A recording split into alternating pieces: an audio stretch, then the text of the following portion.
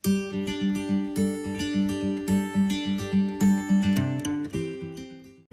Everyone, lifeline academy में आपका स्वागत है। आज दिनांक 24 मई 2020 के करंट अफेयर्स कुछ इस प्रकार हैं। फर्स्ट पॉइंट इसमें हमने लिया है, भारत सरकार ने जैव विविधता के संरक्षण के लिए 5 पहलें लॉन्च की। कितनी पहल?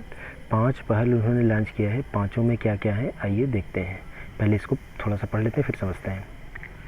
22 मई 2020 को अंतर्राष्ट्रीय जैव विविधता दिवस। 22 मई 2020 को किस दिवस के रूप में मनाया जाता है? अंतर्राष्ट्रीय जैव विविधता दिवस। ध्यान देने योग्य बात है, ये अलग से क्वेश्चन बन रहा है कि 22 मई को कौन सा दिवस मनाया जाता है। तो अंतर्राष्ट्रीय जैव विविधता दिवस मनाने के लिए पर्यावरण, वन और जलवायु परिवर्तन मंत्रालय ने जैव विविधता संरक्षण पर 5 पहलें शुरू की हैं। 5 पहलें क्या क्या हैं आइए देखते हैं। इसमें फर्स्ट पॉइंट इन्होंने स्टार्ट किया है, जैव विविधता संरक्षण इंटर्नशिप कार्यक्रम। जैव विविधता संरक्षण इंटर्नशिप कार्यक्रम इसमें क्या है को लॉन्च किया। इसका उद्देश्य 1 वर्ष की अवधि के लिए स्नातकोत्तर कार्यक्रम में 20 छात्रों को शामिल करना है। 20 स्टूडेंट को इसमें इंक्लूड करते हैं। यह कार्यक्रम रचनात्मक छात्रों को संलग्न करेगा जो जैव विविधता संरक्षण तथा प्राकृतिक संसाधन प्रबंधन के बारे में जानने के लिए इच्छुक है। ध्यान देने की बात है, ऐसे स्टूडेंटों को शामिल करेंगे जो जैव विविधता संरक्षण और प्राकृतिक संसाधन प्रबंधन के बारे में इंटरेस्ट लेते हैं। अगला पॉइंट क्या है इसमें, संयुक्त राष्ट्र पर्यावरण कार्यक्रम UNEP ने लुप्त प्राय प्रजातियों का अवैध तस्करी के लिए अभियान चलान किया है। ये दूसरा अभियान है उसी के तहत, किसके तहत? जैव विविधता संरक्षण के तहत। ठीक है। फिर थर्ड पॉइंट है, wild life crime control bureau का अभियान नॉट ऑल एनिमल्स माइग्रेट। अगर पूछा जाए नॉट ऑल एनिमल्स माइग्रेट किसका अभियान है, तो wild life crime petrol bureau का अभियान है ये। थर्ड के बाद फोर्थ पॉइंट हमारा क्या है इसमें, जो चौथी पहल उन्होंने लॉन्च किया है, एक वेबिनार श्रृंखला शुरू की गई। यह श्रृंखला जैव विविधता संरक्षण और जैविक विविधता अधिनियम 2002 पर थी। एक श्रृंखला शुरू की गई, श्रृंखला का नाम क्या है? वेबिनार श्रृंखला। फिर 5वां इन्होंने स्टार्ट किया है, पार्टियों का विश्व वन्य जीव कोष मॉडल सम्मेलन लॉन्च किया है और इसमें युवा पीढ़ी शामिल किया गया है। करंट अफेयर्स की नेक्स्ट पॉइंट हमने लिया है, संयुक्त राष्ट्र भारत की KHUDOL खुडोल पहल को कोविड-19 से लड़ने के लिए शीर्ष 10 वैश्विक पहलों में से घोषित किया। ये बहुत ही प्राउड की बात है कि जो संयुक्त राष्ट्र है, जो भारत की पहल है खुडोल, इसको कोविड-19 से लड़ने के लिए जो विश्व की पहल है उसमें शीर्ष 10 में इसका स्थान मिला है। तो इसमें क्या क्या है ये देखते हैं।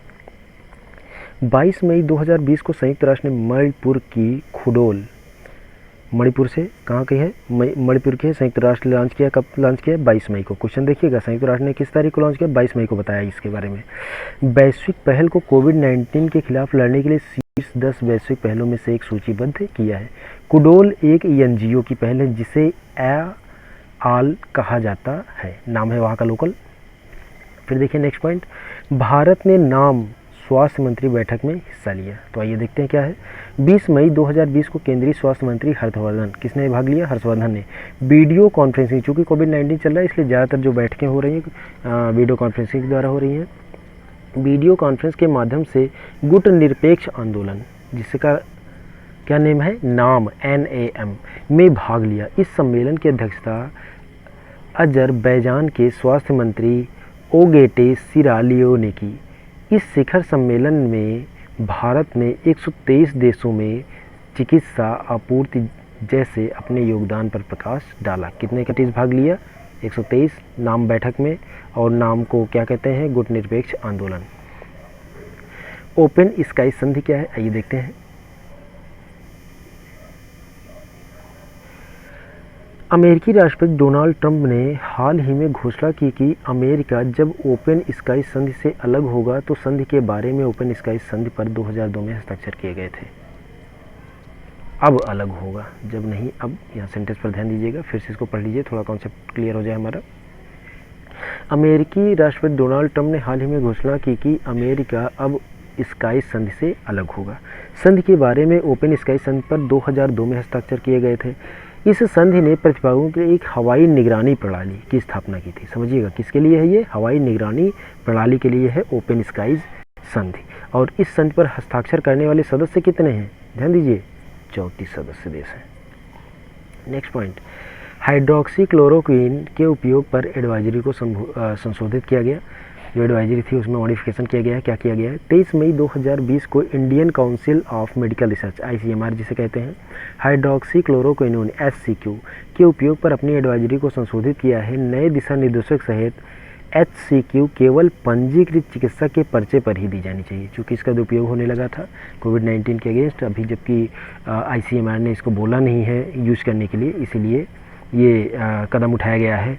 संयुक्त राष्ट्र निगरानी समूह ने अपनी बैठक में आयोजित करने के बाद यह एडवाइजरी जारी की है। क्लियर? तो यहाँ पर क्वेश्चन ये बन सकता है कि कितनी तारीख को एडवाइजरी जारी की गई? 23 मई को किसने जारी किया है? ICMR ने, Indian council of medical research ने। किसके लिए जारी किया है? HCQ, hydroxy chloroquine. फिर नेक्स्ट पॉइंट पर आते हैं, मौद्रिक नीति समिति की बैठक में रेपो दर कम की गई। 22 मई 2020 को नीति वर्तमान ने भारत आर्थिक दृष्टिकोण कोविड-19 के प्रभावों की समीक्षा के लिए आपातकालीन बैठक आयोजित की। RBI ने रेपो रेट को 4.4% से घटाकर 4% कर दिया। रेपो रेट को कम कर दिया ताकि जो आर्थिक मंदी है उससे थोड़ा उबरा जा सके। और इसने रिवर्स रेपो रेट को घटाकर 3.35 कर दिया है, ताकि जो आर्थिक मंदी के दौर से भारत गुजर रहा है उसमें थोड़ा सुधार हो जाए। नेक्स्ट पॉइंट हमने लिया है, भारत बना दुनिया का दूसरा सबसे बड़ा PPE निर्माता देश। बहुत ही इंपॉर्टेंट है और बहुत ही अच्छी बात है सेल्फ डिपेंडेंसी की ओर। 21 मई 2020 को भारत दुनिया में व्यक्तिगत सुरक्षा उपकरण का दूसरा सबसे बड़ा उत्पादक देश बन गया है। चीन दुनिया में PPE का सबसे बड़ा निर्माता है। और इसके मुख्य बिंदु क्या है? कपड़ा मंत्रालय विनिर्माण के साथ PPE गुणवत्ता बनाए रखने के लिए कई उपाय कर रहा है। PPE किट का उपयोग डॉक्टर्स करते हैं कोविड-19 के अगेंस्ट। आप देखे होंगे जो डॉक्टर होते हैं पूरा एक विशेष प्रकार का सूट पहने रहते हैं और उसी को पहनकर कोविड-19 के जो पेशेंट होते हैं उनका इलाज करते हैं, तो वही है PPE किट।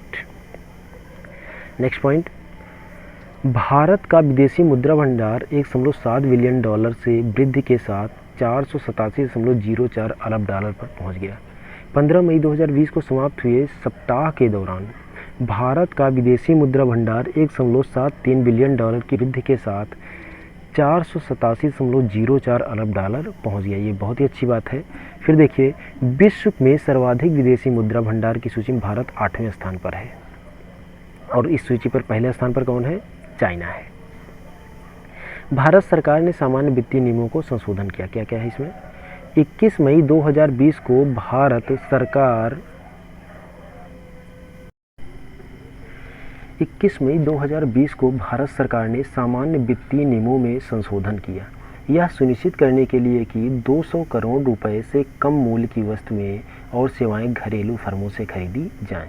बहुत इंपॉर्टेंट है, घरेलू फर्मों से मतलब स्वदेशी उत्पाद को बढ़ावा दिया जाना। ये सामान्य वित्तीय नियम है। फिर नेक्स्ट पॉइंट हमने लिया है, मनरेगा के लिए 170 करोड़ रुपए जारी किए गए। इसमें क्या है? 21 मई 2020 को भारत सरकार ने मनरेगा श्रमिकों को 170 करोड़ रुपए दिए। कितना दिया? 170 करोड़ रुपए। यह राशि ग्रामीण विकास और पंचायती राज विभाग के माध्यम से लाभार्थियों को वितरित की गई है। विभाग ने 20 अप्रैल 2020 से मनरेगा महात्मा गांधी ग्रामीण रोजगार गारंटी अधिनियम, ध्यान दीजिए ये फुल फॉर्म, महात्मा गांधी ग्रामीण रोजगार गारंटी अधिनियम के तहत 14,000 से अधिक विकास परियोजनाएं शुरू की हैं। अब कुछ छोटे छोटे पॉइंट्स हमने लिए हैं। उमंग, इस जो उपर्युक्त वेबसाइट दी हुई है, इस वेबसाइट पर होस्ट की गई 7 सेवाओं को सरकार की उमंग एप्लीकेशन पर लाया गया है। 7 सेवाएं कौन कौन सी हैं? 7 सेवाएं हैं मौजूदा मौसम, nowcast, city forecast, rainfall information, tourist forecast, warning and cyclone. ये बहुत इंपॉर्टेंट है। राष्ट्रीय करंट अफेयर्स में क्या लिया है? HRD मंत्रालय की राष्ट्रीय परीक्षण एजेंसी NTA द्वारा लॉन्च के 72 घंटे के भीतर 2 लाख से अधिक मेडिकल इंजीनियरिंग के अभ्यर्थियों ने नेशनल टेस्ट अभ्यास ऐप डाउनलोड किया, NTA। फिर देखिए MPC, इसमें क्या है, मौद्रिक नीति समिति MPC ने बेंचमार्क ऋण दर को 40 आधार अंकों की कटौती की है।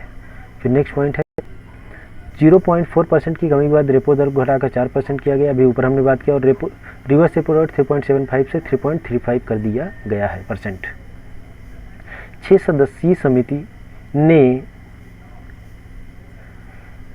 ब्याज दर में 40 BPS कटौती पक्ष में 5:1 में मतदान किया है। ऋण पुनर्भुगतान के अधिस्थगन 3 महीने के लिए 31 अगस्त 2020 तक बढ़ाया गया है। कब तक बढ़ा दिया गया? 31 अगस्त तक बढ़ा दिया गया है ऋण के भुगतान के लिए। 2020-21 में सकल घरेलू उत्पाद की वृद्धि नकारात्मक क्षेत्र में रहने का अनुमान है। ये बहुत ही बुरी खबर है हमारे देश के लिए आर्थिक दृष्टिकोण से।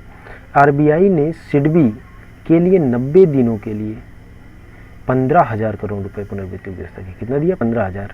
RBI ने एग्जिम बैंकों को 15,000 करोड़ रुपए की क्रेडिट लाइन प्रदान किया है, RBI ने दिया है। विदेशी मुद्रा भंडार की बात करें तो 15 मई को समाप्त सप्ताह में देश का विदेशी मुद्रा भंडार 1.73 बिलियन अमेरिकी डॉलर बढ़कर 487.04 बिलियन अमेरिकी डॉलर हो गया। विदेशी मुद्रा अस्थियाँ 1.12 बिलियन डॉलर बढ़कर 448.67 बिलियन अमेरिकी डॉलर हो गई। और स्वर्ण मुद्रा भंडार की बात करें, भंडार जितना बेहतर होता है ये माना जाता है कि आर्थिक स्थिति हमारी उतनी ही बेहतर है। स्वर्ण भंडार की अगर बात करें 616 मिलियन अमेरिकी डॉलर बढ़कर 32.91 बिलियन अमेरिकी डॉलर हो गया है।